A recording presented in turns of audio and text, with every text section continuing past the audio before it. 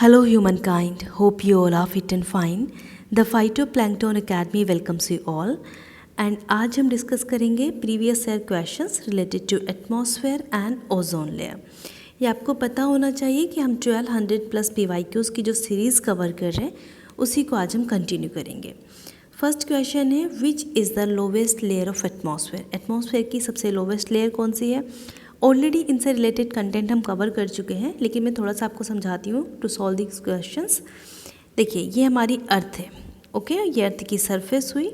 जब हम अर्थ की सरफेस से ऊपर की तरफ फ्लाई करते हैं थ्रू एनी वेज और 20 किलोमीटर के अराउंड पहुँच जाते हैं, तो इस एरिए को हम ट्रोपोस्फेयर कहते हैं। ये पूरा की पूरी लेयर हमारी ट्रोपोस्फेयर होती है, अराउंड 20 किलोमीटर। ये एकदम फिक्स डिमार्केटेड लाइन नहीं है, इसको 15 to 20 किलोमीटर भी कहते हैं। तो ये एरिया आपका ट्रोपोस्फेयर का हो जाता है। इसके बाद जब हम 50 किलोमीटर ऊपर चलते हैं, अराउंड 50 की मैं बात कर रही हूँ, तो ये एरिया आपका होता है स्ट्रैटोस्फेयर। ओके, तो इसी स्ट्रैटोस्फेयर में हमें ओजोन लेयर मिलती है। ओके, लेकिन ये 50 किलोमीटर तक नहीं होती। ट्रोपोस्फेयर से 15 किलोमीटर से 30 किलोमीटर तक आपको ओजोन लेयर मिलती है, और ये गुड ओजोन लेयर होती है। कैसी होती है? गुड ओजोन लेयर स्ट्रैटोस्फेयर में जो हमें मिलती है। इस ओजोन लेयर का क्या काम होता है? जो सन से अल्ट्रा वायलेट रेडिएशंस आती हैं अर्थ पर, ये उनसे हमें प्रोटेक्ट करती हैं। अब आप कहेंगे कि वो हमें क्या नुकसान पहुंचा रही है?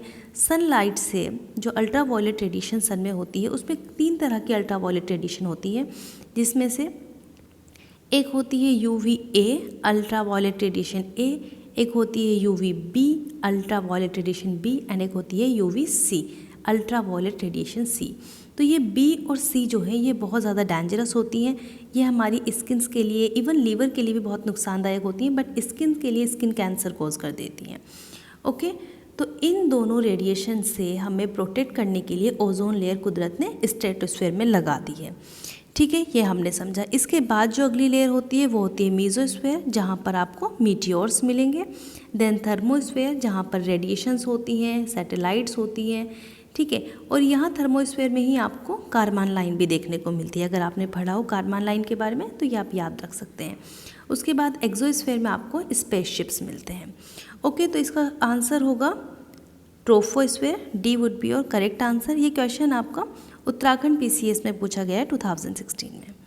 नेक्स्ट क्वेश्चन की बात करते हैं, question number 2, place where ozone layer is primarily found. तो अभी हमने पढ़ा कि ओजोन लेयर कहाँ पर होती है?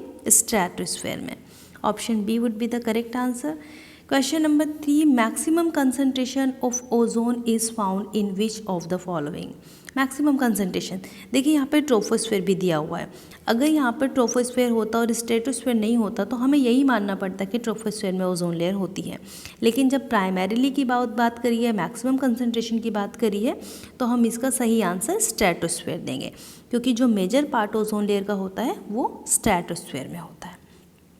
Question number 4, ozone layer is about the earth crust. कितनी ऊपर होती है अर्थ क्रस्ट से?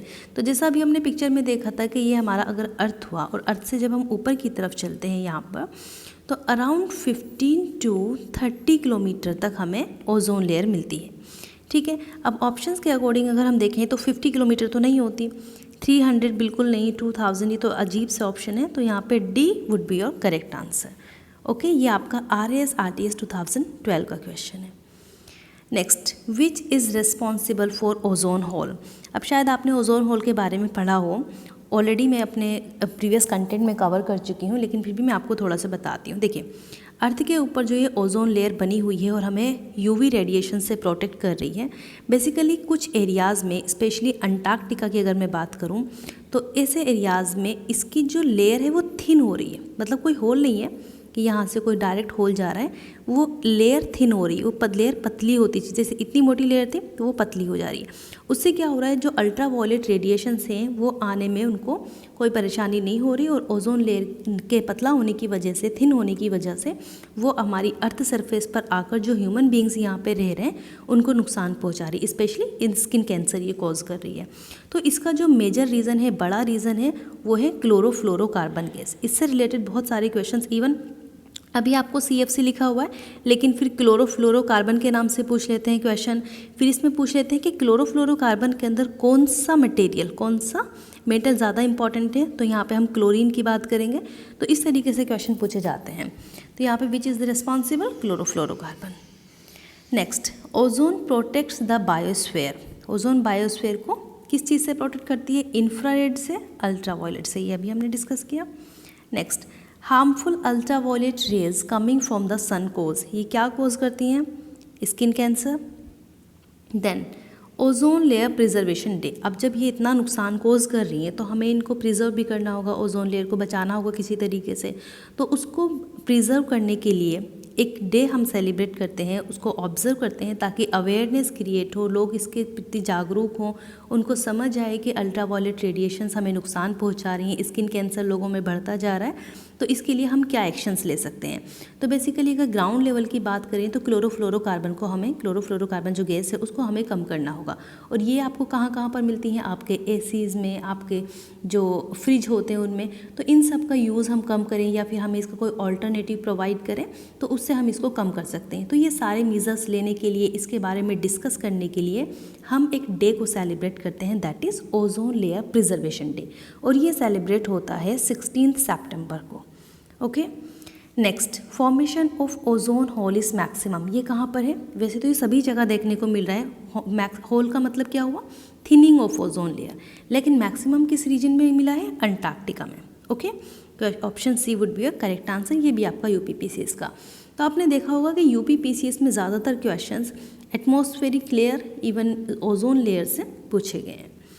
अब यहाँ पे आपके लिए एक क्वेश्चन है, Montreal protocol is related to. I hope कि आप इसका आंसर समझ गए होंगे, बट फिर भी आपको इसका आंसर देना है। Okay, thank you.